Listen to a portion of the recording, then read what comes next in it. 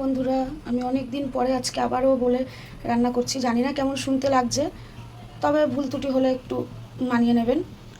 বেশিরভাগ বাড়িতে তো সকাল হলেই সবাই পেটটি খায়, আর আমার তো সকাল হলেই চোখ খুলেই আগে রান্না করতেই হবে, কারণ আমার বাড়ির সবাই 8টা সাড়ে 8টার মধ্যে বেরিয়ে যায়।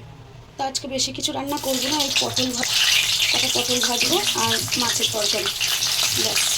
এই যে দেখো, এদিকে পটল ভাজা হচ্ছে, এদিকে আমি ভাতও বসিয়ে দিয়েছি, কারণ সকালবেলাটা একটু তো তাড়াহুড়ো থাকেই আমার।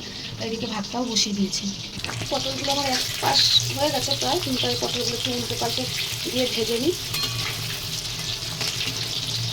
আমি জানি আমার ভিডিওর কোয়ালিটি খুব একটা তোমাদের মতো ভালো হয় না, তাও করার চেষ্টা করি। এইভাবেই একটু সবাই পাশে থেকো, সবার পাশে থেকে সবার চ্যানেলটা আমরা সবাই মিলে এগিয়ে নিয়ে যাব। তোমাদের সাথে কথা বলতে বলতে আমার পটলগুলো বেশ ভাজা হয়েই গেছে, দেখো প্রায়। আর একটু ভাজা হলেই, লাল লাল হলেই নামিয়ে দেবো। পটলগুলো আর ভাজবো না রে, তো যা হয়েছে লাল লাল এটাই ঠিক আছে, এর থেকে বেশি ভাজলে আবার পোড়া পোড়া হয়ে যাবে। দেখুন, তোমাদের সাথে কথা বলতে বলতে আমার ভাতটাও হয়ে গেছে, এবার ভাতটা আমি নামিয়ে নেব।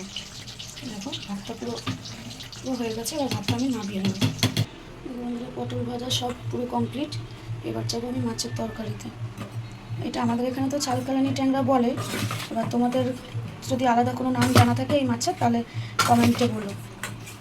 এই মাছটা আবার আমাদের বাড়িতে সবাই খুবই ভালোবাসে, সে তুমি যেইভাবেই রান্না করে দাও না কেন, প্রচুর পছন্দ করে এই মাছটা। এদিকে যে পটল ভাজার তেলটা ছিল, তার মধ্যে এই মাছগুলো ভেজে নেব। এই মাছটা কিন্তু খুব ফাটে বসবে, তাই একটু সাবধানে ভাজবেন। খুব হালকা করেই ভেজে নেবো, এইবার বেশি কড়া করে ভাজলে ভালো লাগে না। সকালের টাইম, খুবই ব্যস্ত টাইম, বুঝতেই পারছেন, তাই আমি দুই দিকেই দুটো বসে দিচ্ছি। একদিকে তরকারি করে নেবো, একদিকে মাছটা ভেজে নেবো। তাই তরকারি করার জন্য আমি আলুটা একটু লাল লাল করে ভেজে নেবো। আলুটা দিয়ে দিয়েছি, একটু লাল লাল করে ভেজে নেবো। মাছগুলোকে এক পিঠ হালকা করে ভাজা হয়ে গেছে, মাছগুলো উল্টে পাল্টে দিই। ওই পরের পিঠটা হালকা করে ভেজে নিলে নামিয়ে দেবো। এইদিকে আলুটাও আমার প্রায় লাল লাল করে ভাজা হয়ে গেছে, দেখুন। এবার আলুটা আমি নামিয়ে রাখবো। এবার আলুটা ভেজে তুলে নিয়েছি, ওই গরম তেলে আমি অল্প একটু জিরে ফোড়ন দিয়ে দেবো। ফোড়নটা দেওয়ার পরে কেটে রাখা পেঁয়াজ আমি একটু লাল লাল করে ভেজে নেবো।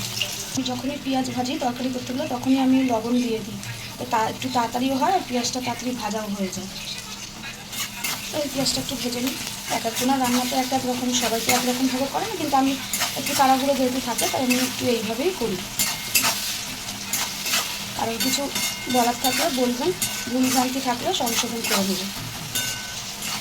পেঁয়াজটা আর একটু লাল লাল ভাজার পরে আমি কেটে রাখা টমেটোটা দিয়ে ভালো করে নাড়াচাড়া দিয়ে নেব। আমি পেঁয়াজটাকে হালকা ভেজে নিয়েছি, আমি কেটে রাখা টমেটোটাও দিয়ে দিলাম। টমেটোটা দিয়ে আমি একটু নাড়িয়ে চাড়িয়ে নেব।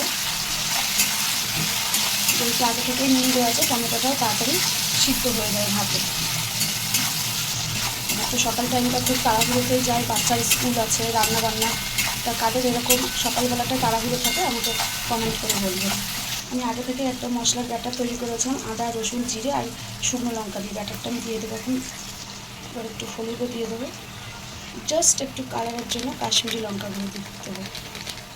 এবার আমি মশলাটা ভালো করে কষিয়ে নেব। এই ট্যাংরা মাছে একটু মশলা বেশি লাগে, না হলে মাছটা খেতেও খুব একটা ভালো লাগে না। একটু মশলা টশলা বেশি দিয়ে রান্না করলে মাছটার স্বাদ আরও বেশি লাগে। এদিকে মাছগুলোকে আগে ভেজে তুলে নিয়েছিলাম, এইবার যেটা মুড়ো আছে, মুড়োটা আমি ভালো করে একটু ভেজে নিয়ে তুলে নিই। জাস্ট কাঁচা গন্ধটুকু গেলেই মাছটাকে আমি তুলে নিই। মশলাটা আমি ভালো করে নাড়িয়ে চাড়িয়ে ওই মশলার কাঁচা গন্ধটুকু সরিয়ে নেব। মশলাটা একটু ড্রাই হয়ে গেছে, তাই হালকা একটু জল দিয়ে মশলাটা ভালো করে কষিয়ে নেব। দেখুন, হালকা একটু জল দিয়েছি। এবার মশলা দিয়ে তেলটা ছাড়লেই আমি আলু দিয়ে আবার একটু কষিয়ে নেব। দেখুন, আর কিন্তু হালকা হালকা মশলা দিয়ে তেল এখনই ছাড়তে লেগেছে। দেখুন, ভালো করে মশলাটা নাড়তে চালিয়ে ভেজে নেবে। দেখুন, মশলাটা আমার ভালো করে ভাজা হয়ে গেছে, মশলা দিয়ে তেল ছেড়ে দিয়েছে। এবার ভেজে রাখা আলুগুলো দিয়ে দেবো।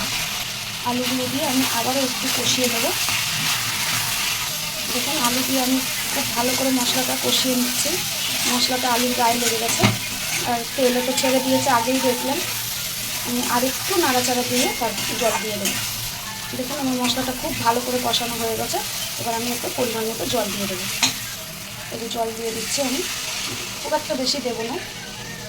দেখুন, অল্পই পরিমাণে দিয়েছি। এই মাছের খুব একটা ঝোল ভালো লাগে না, একটু গ্রেভি গ্রেভি থাকলে খেতেও ভালো লাগে আর দেখতেও ভালো লাগে।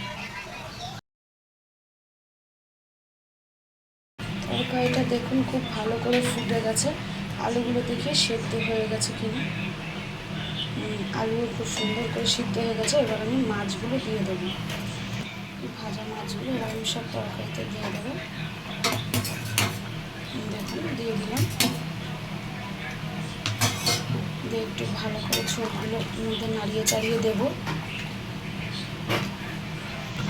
দেখুন ভালো করে ফুটিয়ে দেবো, আর একটু ফুটলেই নামিয়ে দেবো। দেখুন তরকারিটা আমি খুব ভালো করে ফুটিয়ে নিয়েছি। এবার গরম মশলা দিয়ে দেবো। খুঁতে নিতে আগেই একটু গরম মশলা ঢেলে নিয়েছিলাম, এবার ভালো করে গরম মশলাটা মিশিয়ে দেবো। দেখুন অনেকটাই ঝোল টেনে গেছে।